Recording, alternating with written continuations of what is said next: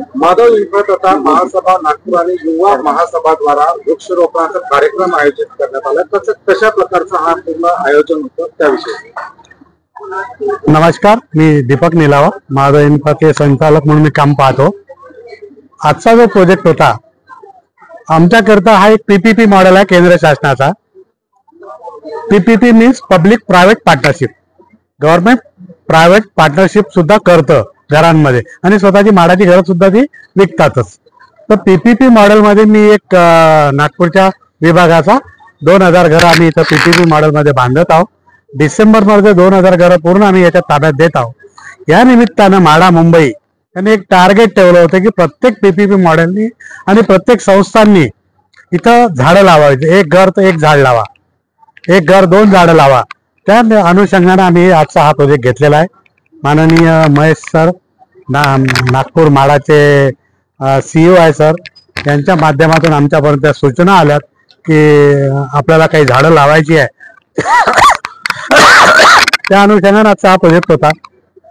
म्हणून आम्ही आज कुठल्याही आमदाराला किंवा कुठल्याही मंत्र्याला न बोलवता, जे आम्हाला नेहमी लोक सपोर्टेड असतात काम करताना, कारण मला मंत्री सपोर्ट नाही करत किंवा मला मंत्री आमदार सपोर्ट नाही करत, मला करतात मेघमाळे साहेब, मला करतात पटवारी साहेब, मला करतात ग्रामपंचायत, मला करतं लोकल अथॉरिटीज।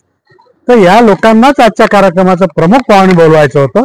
यांच्या हस्ते मला आजचा प्रोजेक्ट करायचा होता। त्याचं एक प्रयोजन म्हणून आजचा एक वृक्षारोपणाचा कार्यक्रम होता। वृक्षारोपणाचा कार्यक्रम आपण घेतला, त्यामध्ये झाडे लावली, आफ्टर मॅनेजमेंट झाडे जगली पाहिजे, त्यासाठी आपलं काय होतं? या निमित्ताने मी एक सांगू इच्छितो, मी 96-97 मध्ये यवतमाळ रोटरी क्लबचा यवतमाळचा अध्यक्ष होतो।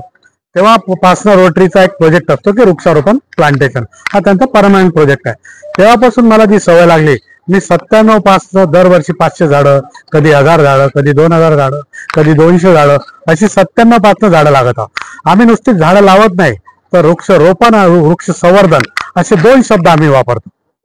नुसतीच झाडं नाही लावत किंवा आज लावले उद्या मॉर्टिलिटीमध्ये 90% झाडं मरून जातात, कारण थोडी थोडी जी गव्हर्नमेंट काम करतं, म्हणजे गव्हर्नमेंटला मला हे नाही करायचं आहे, त्यांच्या उद्देशानं ते लावतात, पण आमचा जो उद्देश आहे ती झाडं जगली पाहिजे। आपण जो प्रश्न विचारला की झाडांचं वृक्षारोपण कसं, आम्ही वृक्ष संवर्धन सुद्धा सोबत घेतो। म्हणून आपण पाहिलं असं सगळ्यांनी, आजची जी झाडं आहे माझी 7 ते 8 फुटाची झाडं आहे। एका झाडाची किंमत 500 ते 1000 रुपये आहेत। मी ते 50 रुपयाला 25 रुपयाला झाड कधीच लावलं नाही, आजपर्यंतही नाही आणि लावणारही नाही। जेव्हा शक्य आहे मनापासून वाटते तर काम करायचं, नाही तर नाही म्हणायचं स्पष्ट। इतक्या छान प्रकारे आम्ही प्रोजेक्ट करतो। कधी दरवर्षी माझ्या तुम्ही प्रोजेक्टला, मागच्या वर्षी सुधीर भाऊ मुनगंटीवार यांचा वाढदिवस होता, 30 तारखेला दरवर्षी असतो। मागच्या वर्षी ईसासनीमध्ये आम्ही हा प्रोजेक्ट घेतला, 665 झाडं त्यांच्या हाताने लावली आणि पुन्हा 2000 झाडं दुसरी लावली, अशी 2665 झाडं त्या मागच्या वर्षी आम्ही लावली। त्यांचा वाढदिवस होता 65 मला वाटतं मागच्या वर्षी सुधीर भाऊचा, किंवा 61 असेल तर 61 लावली असेल। वृक्षारोपणाचा कार्यक्रम घेतलेला आहे, लोकांना काय आपण आव्हान करणार? कसं असतं की आम्ही वृक्षारोपण आणि संवर्धन दोन्ही करतो, पण एक प्राथमिक लोकांची इथली जी लोकल अथॉरिटी असतं किंवा लोकल जे लोक राहतात, इथं आम्ही जवळपास 431 घरांना पजेशन मागच्याच वर्षी दिलेलं आहे। त्यांना सुद्धा आज आम्ही एक झाड देत आहोत की बा तुम्ही तुमच्या घरासमोर एक झाड लावा।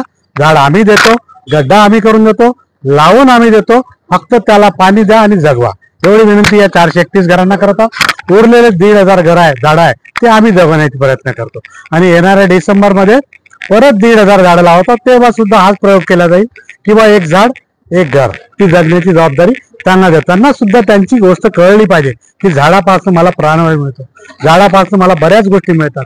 ही फक्त बिल्डरची जबाबदारी आहे किंवा माडाची जबाबदारी, हे सुद्धा त्यांच्या ध्यानात नको, ही सुद्धा गोष्ट आम्ही त्यांना सांगणार आहोत।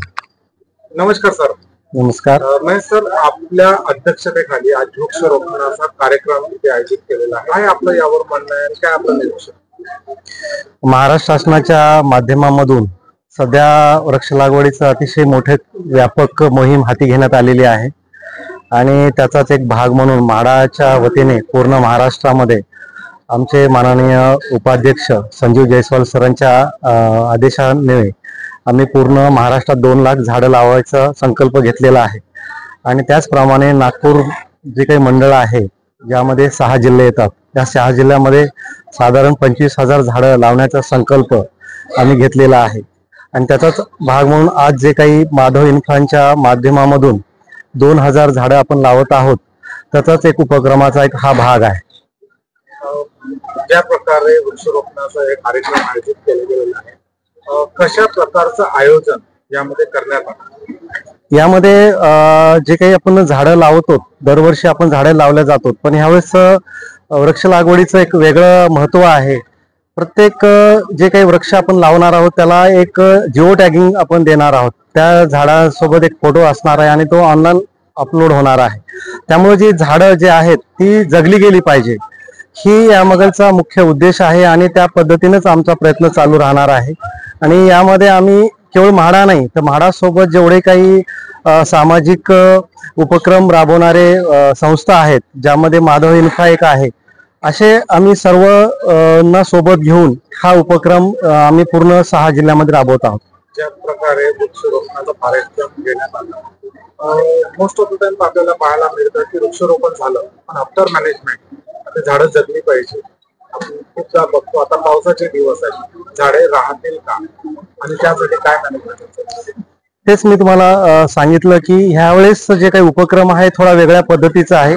प्रत्येक झाडाचं आम्ही एक त्यासाठी एक फॉर्मॅट तयार केलेला आहे, ज्यामध्ये ते झाडाचं नाव, झाडाचं वय, त्या झाडाचं संगोपन करणारे व्यक्ती, हे सगळं त्या प्रोफॉर्म्यामध्ये अपलोड असणार आहे, जेणेकरून हे मॉनिटरिंग कोणीही कुठे बसून करू शकतं. त्यामुळे ह्यावेळेस झाडं लावण्याची जी काही पद्धत असणार आहे ही खूप वेगळ्या स्वरूपाची असणार आहे. ती झाडे लावलेली जगली गेली पाहिजे याच्यावर जास्त भर आहे.